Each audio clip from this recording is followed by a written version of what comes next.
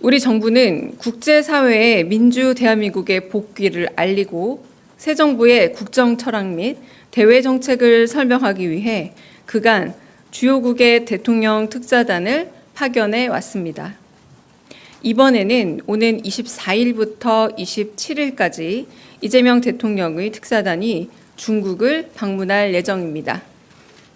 박병석 전 국회의장이 단장을 맡아 중국 주요 인사들을 면담하고 한중 관계 발전 방향 및 양국 간 우호 정서 증진 방안 등에 대한 이재명 대통령의 메시지를 중국 측에 전달할 계획입니다.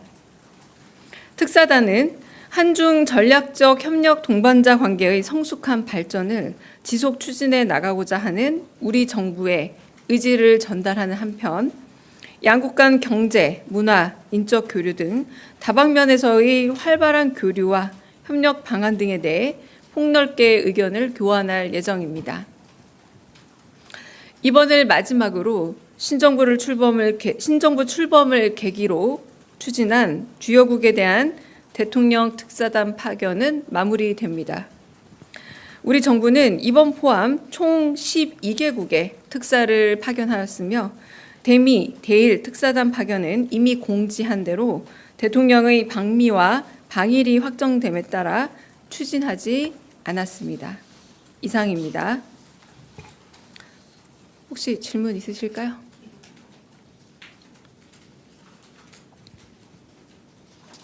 네.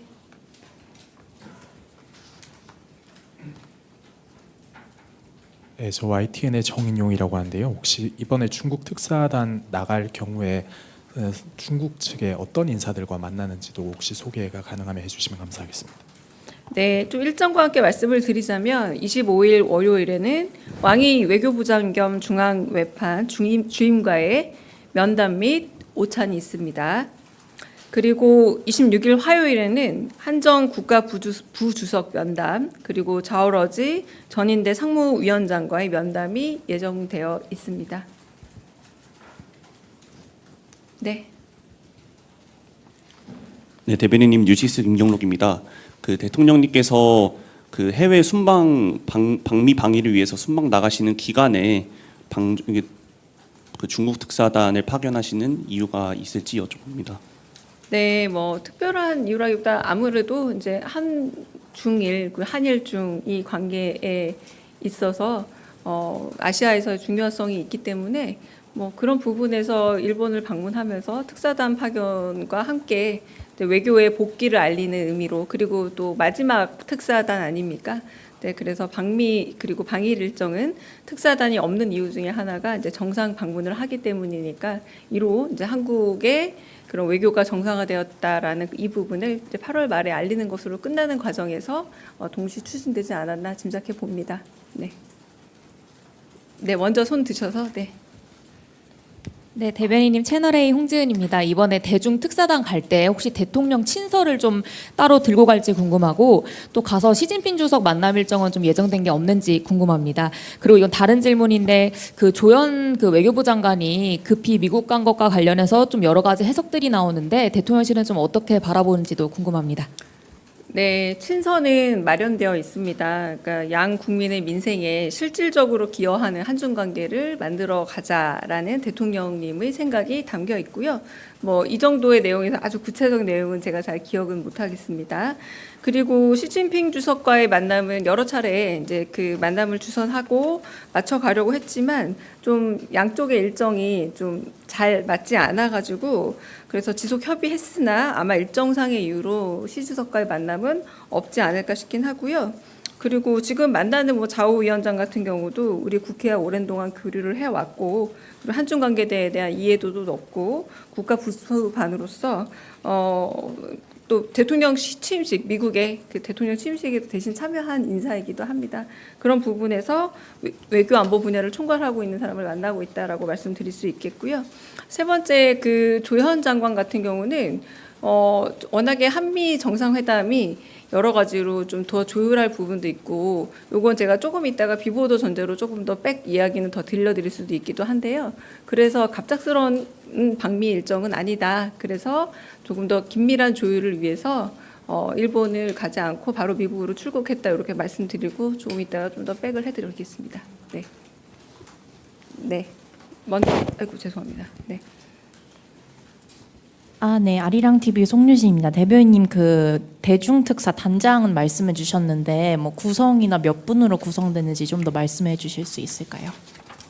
그게 저희 보도자료가 곧 나갈 텐데요. 제가 지금 이미 자료가 나간 걸로 알고 있는데 그렇지 않나요?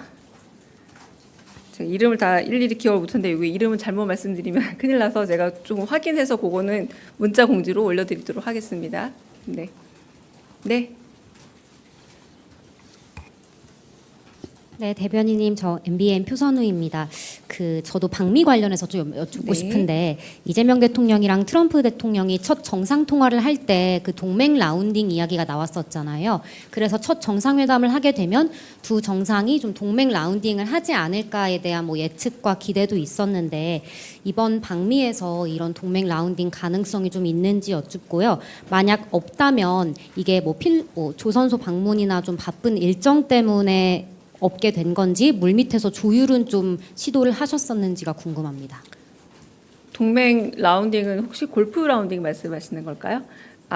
이거는 제가 지금 일정을 다 전부 다 말씀을 드리기는 어렵지만 그래도 일정을 공유 받으신 부분들이 있으시잖아요. 이제 아마 거기에 없었을 겁니다. 근데 그럴 만한 시간적 여유가 아마 같이 가시는 기자분들도 꽤 있을 텐데 저희가 이제 3박 6일이라는 일정으로 가지 않습니까? 그래서 일정이 아마 라운딩을 할 정도로 나오기는 좀 어려운 일정이었다라고 말씀을 드리겠습니다. 그러니까 이거는 뭐 사전이 논의가 됐다 안 됐다 이렇게 말씀드리기는 어려운 부분 같고요. 이번에 일정이 워낙에 좀 길고 조금 벅찬 일정입니다. 다들 가시는 분들 긴장하시겠지만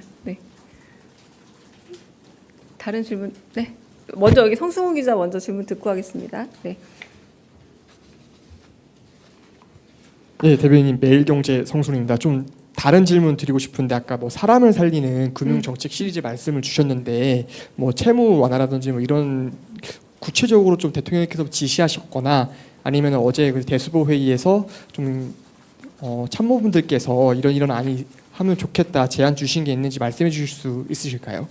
네, 그 부분에 있어서 가령 이제 금융 취약계층 자살 문제를 어제 이제 대수보 주제가 그런 안타까운 극단적 선택이 그 주제이기도 해서 다양한 계층별, 연령별 그리고 뭐 이렇게 지역별 그런 극단적 선택에 관한 이렇게 현황과 그리고 대책들을 마련해서 얘기를 했습니다만 특히 이제 금융 취약계층 같은 경우는 과도한 부채나 혹은 불법 사금융으로의 불법 추심으로 넘어가는 부분들 그리고 대를 이어서 그렇게 추심이 되는 과정들 가운데서 어떤 문제가 없느냐라고 했을 때 과거에 이제 저희가 이제 IMF 시절을 겪으면서 조금은 해외 사례에 비해서 우리나라가 조금 금융권이 더 편하게 추심이 이루어지는 부분이 있다. 이를테면 소멸시효가 완성되었음에도 꼭 고지해야 될 의무가 금융권에 없다라거나 이런 부분들은 금융위원회 세칙만 바꿔도 좀 바꿀 수 있다라는 의견들을 제시를 주셨고요.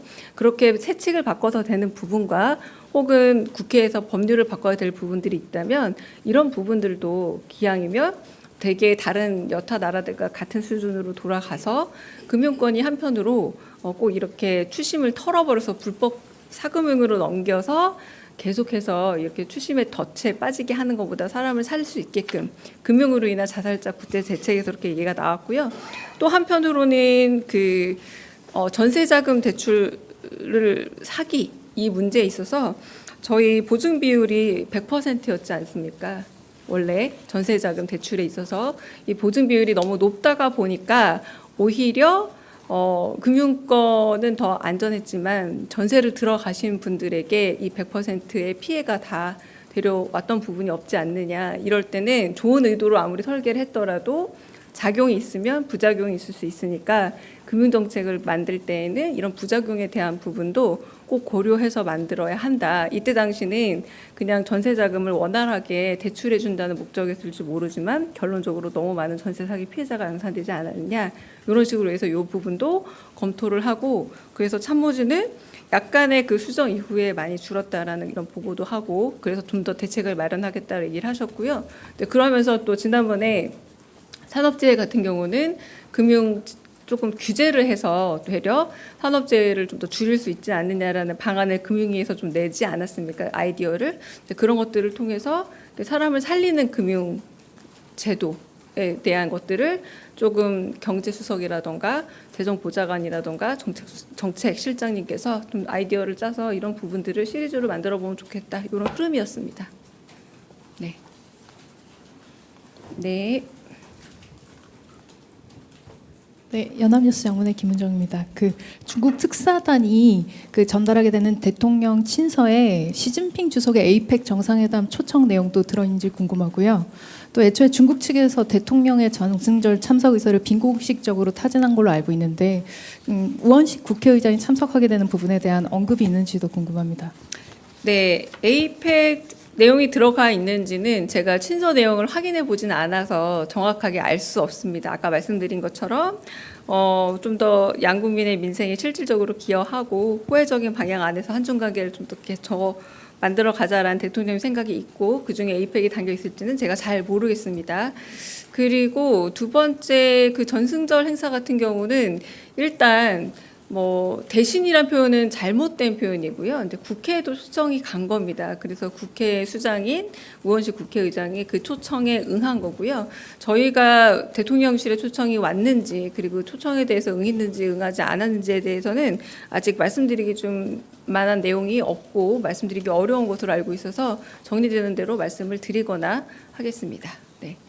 자, 그러면 지금부터 잠시만 주목해 주시기 바랍니다. 제가 구독자분들을 위해서 선물 하나를 준비했는데요. 제가 항상 여러분들께 드리는 말씀이 있습니다. 뉴스만 평소에 잘 챙겨보셔도 돈이 되고 돈을 벌 수 있다라고 말씀을 드렸는데요. 여러분들은 여기 보시는 삼성전자 뉴스를 보고 어떤 생각이 드세요? 아니면 정치인들의 뉴스, 날씨 뉴스를 보고는 어떤 생각이 드시나요?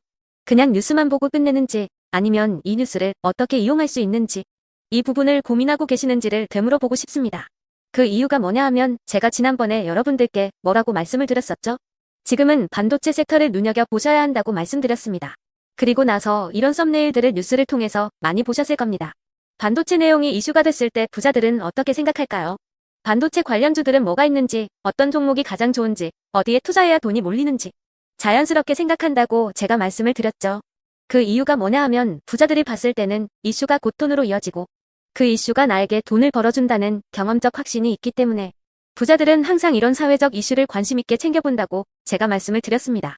이번에도 마찬가지인데요. 제가 지난번에 시청자분들과 함께하는 주식으로 수익 내기 이벤트를 진행했었죠. 당연히 100% 무료로 진행을 했었고요. 여기 보시면 아시겠지만 제가 지난번에도 구독이라고 보내주신 모든 시청자분들께 반도체 관련주 중에 가장 크게 급등할 딱 한 종목, 많은 종목도 아니라 한미반도체 한 종목을 여러분들께 추천드렸어요. 그러면서 여기 나와 있는 대로 정확히 얼마에 매수해야 하는지 그리고 수익률이 어느 정도 나왔을 때 팔아야 하는지를 이런 부분들까지 여러분들에게 정확히 알려드렸었는데 지금 실제로 어떻게 되었다? 오른쪽을 보시면 아시겠지만 제가 지난번 문자 발송으로 이 한미반도체를 소개해드리고 나서 실제로 이렇게 5배 이상 어마무시한 상승이 나왔습니다. 100만 원만 투자를 했어도 무려 500만 원이 넘는 수익금이 생긴 거죠. 그래서 당시에도 굉장히 많은 분들이 제가 드린 이 한미반도체로 수익을 내실 수가 있으셨을 텐데요. 또 최근에도 두산 에너빌리티라는 종목을 소개해드리고 2배가 넘는 상승이 나와주었습니다. 다시 한번 축하드린다고 말씀을 드리겠고 이번에도 마찬가지입니다. 앞으로도 2025년, 2026년 계속해서 기대해볼 섹터는 AI입니다. 그중에서도 AI 반도체는 그 누구도 부정할 수 없는 미래성장 산업입니다. 그러면 우리가 어떻게 생각해 볼 수 있을까요? AI 반도체 종목 중에 앞으로 크게 대장 역할을 하면서 10배 이상 급등할 수 있는 템베거 종목을 지금부터 열심히 추적해야 한다는 겁니다. 큰 돈을 투자하지 않더라도 월급의 일부분 아주 소액이라도 이 종목을 모아가야 수백 %의 수익률을 손에 쥘 수 있는 것이죠. 지금 여러분이 보고 계시는 이 유튜브 또한 AI 반도체와 아주 밀접한 연관이 있고 반도체야말로 대한민국의 핵심 산업으로 앞으로 더더욱 시장은 성장할 수밖에 없습니다. 또한 현재 이재명 정부는 코스피 5천을 공약으로 상법 개정까지 단행하면서 우리 주식시장을 살리려고 많은 노력을 다하고 있습니다. 5년 동안 정부는 우리나라의 주식시장을 살리기 위해 주도적으로 행동해 나가면서 이재명 대통령 본인 또한 코스피 지수에 본인 월급을 투자하겠다고 선언한 상황인데요. 그렇기 때문에 제가 이번에도 뭘 보내드리고 있냐면 지난번과 똑같이 구독이라는 문자를 보내주시면 제가 AI 반도체 관련주 중에 앞으로 대장주 역할을 하면서 주가가 가장 크게 급등할 한 종목을 여러분들께 문자 발송으로 종목명과 사고 파는 시점을 모두 알려드릴 건데요. 그 문자를 받고 여러분들이 주식으로 돈 버는 연습을 한번 해보셨으면 좋겠고요. 혹시라도 나는 주식을 하지 않는다 하시는 분들은 주변에 주식하시는 지인분들에게 말씀을 해주셔도 되고요. 아니면 연세가 있으셔서 투자가 어렵다 하시는 분들은 이 종목을 자녀분들에게 한번 사봐라. 이걸로 한번 수익을 내봐라. 이렇게 조언을 해주실 수도 있는 거겠죠. 그래서 지금 이 영상을 보시는 시청자분들 중에 나도 이번 종목이 좀 궁금하다 하시는 분들은요.